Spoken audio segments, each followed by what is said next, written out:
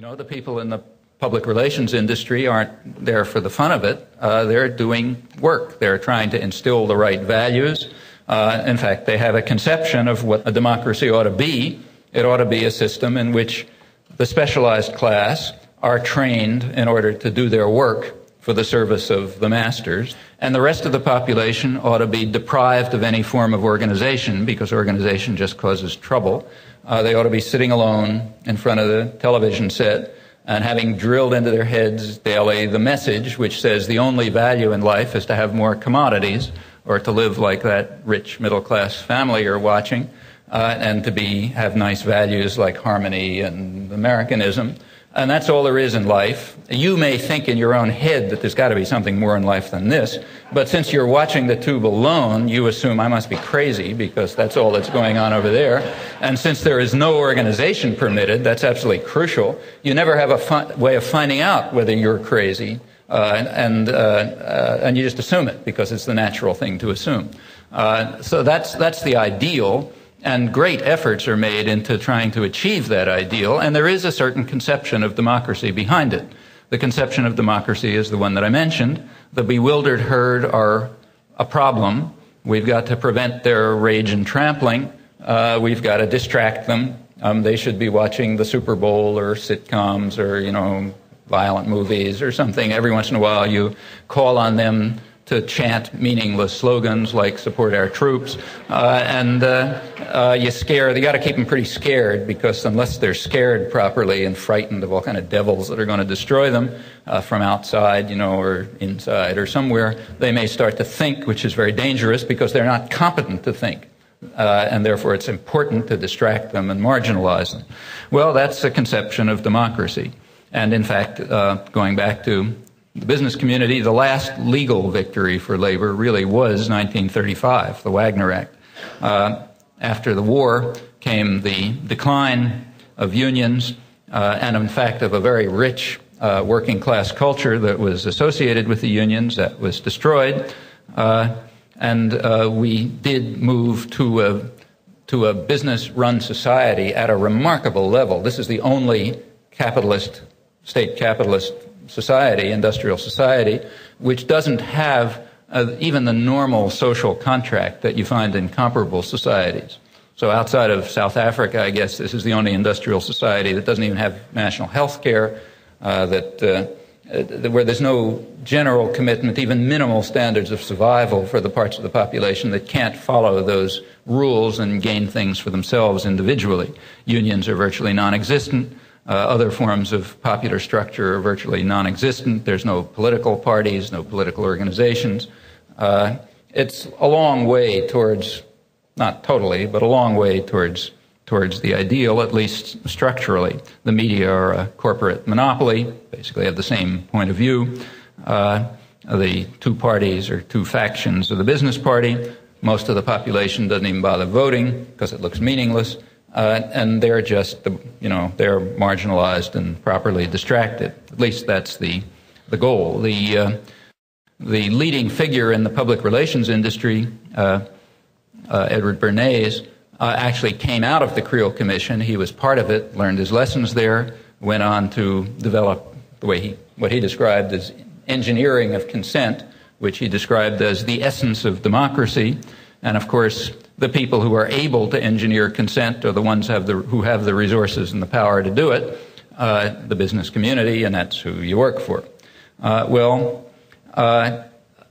It is also necessary to whip up the population in support of foreign adventures. Usually the population is pacifistic, just like they were during the First World War, sees no reason to get involved in foreign adventures and killing and torture and all that sort of thing. So you have to whip them up. And to whip them up, you have to frighten them. Bernays himself had an important achievement in this respect. He was the person who ran the public relations campaign for the United Fruit Company in 1954, when the U.S. moved in to overthrow the capitalist democratic government of Guatemala and installed a murderous death squad society, which remains that way to the present day with constant infusions of U.S. aid to prevent the democratic deviation that had taken place there. With regard to domestic programs, it's necessary to constantly ram through domestic programs to which the public is opposed, because there's no reason for the public to be in favor of domestic programs which are harmful to most of the public, and that too takes extensive propaganda. We've seen a lot of it in the last 10 years. The public for the Reagan programs were overwhelmingly unpopular. Even the people who voted for Reagan, by about 3-2, hoped that his policies would not be enacted. If you take particular programs like, armaments or cutting back on social spending and so on, almost every one of them was overwhelmingly opposed by the public. But as long as the public is marginalized and distracted and has no way to organize or to articulate its sentiments, or even to know that you have these sentiments. I mean, the people who said, I'd prefer social spending to military spending, people who gave that answer on polls, as people overwhelmingly did, assumed that they were the only people with that crazy idea in their heads, because they never heard it from anywhere else. Nobody's supposed to think that. And therefore, if you do think it and you answer it in a poll, you must assume, well, I'm sort of weird. That's what I think. And since there's no way to get together with other people who share that view or who will reinforce that view and help you articulate it yourself, you don't even, you feel like an oddity. You feel like a kind of an oddball, so you just stay on the side and you don't pay any attention to what's going on. You look at something else, like the Super Bowl. To a certain extent, then, that ideal was achieved, but never really completely. There are institutions which it has as yet been impossible to destroy. The churches, for example, still exist, and virtually, a large part of the dissident activity in the United States comes out of the churches for the simple reason that they're there. So, you go to some European country and give a political talk, may very likely be in the Union Hall. Here that won't happen because unions barely exist, and if they do exist, they're not political organizations. But the churches do exist, and therefore you often give a talk in a church. Central America solidarity work mostly grew out of the churches, mainly because they exist. Well, the bewildered herd never gets properly tamed. So this is a constant battle. In the 1930s, as I say, they kind of arose again, and they're sort of put down. In the 1960s, there was another wave of dissidents. There was a name for that. It was called, by the specialized class, it was called the crisis of democracy. The crisis of democracy was regarded as entering into a crisis in the 1960s. The crisis was that large segments of the population were becoming organized and active and trying to participate in the political arena. Now, here we come back to these two conceptions of democracy. By the dictionary definition, that's an advance in democracy, but by the prevailing conception, that's a problem that has to be overcome. That's a crisis that has to be overcome. The population has to be driven back to the apathy and obedience and passivity that is their proper state, and we therefore have to do something to overcome the crisis, and great efforts were made to achieve that. It hasn't worked. I mean, the crisis of democracy is still alive and well, fortunately, but not very effective in changing policy, but certainly effective in changing opinion, contrary to what a lot of people believe. But great efforts were made after the 60s to try to reverse and overcome this malady. One aspect of the malady actually got a technical name. It was called the Vietnam syndrome.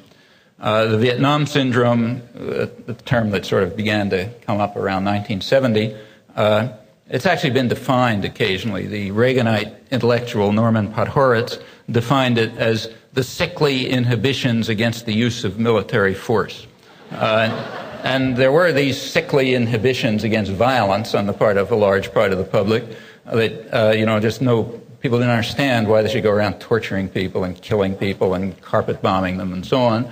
And it's very dangerous for a population to be overcome by these sickly inhibitions, as Goebbels understood, because then there's a limit on foreign adventures. It's necessary, as the Washington Post put it the other day rather proudly, to instill in people respect for the martial virtues. Now, that's important. If you want to have a violent society that uses force around the world to achieve the ends of its own domestic elites, it's necessary to have a proper appreciation of the martial virtues and none of these sickly inhibitions about using violence. So that's the Vietnam syndrome, and it's necessary to overcome that one.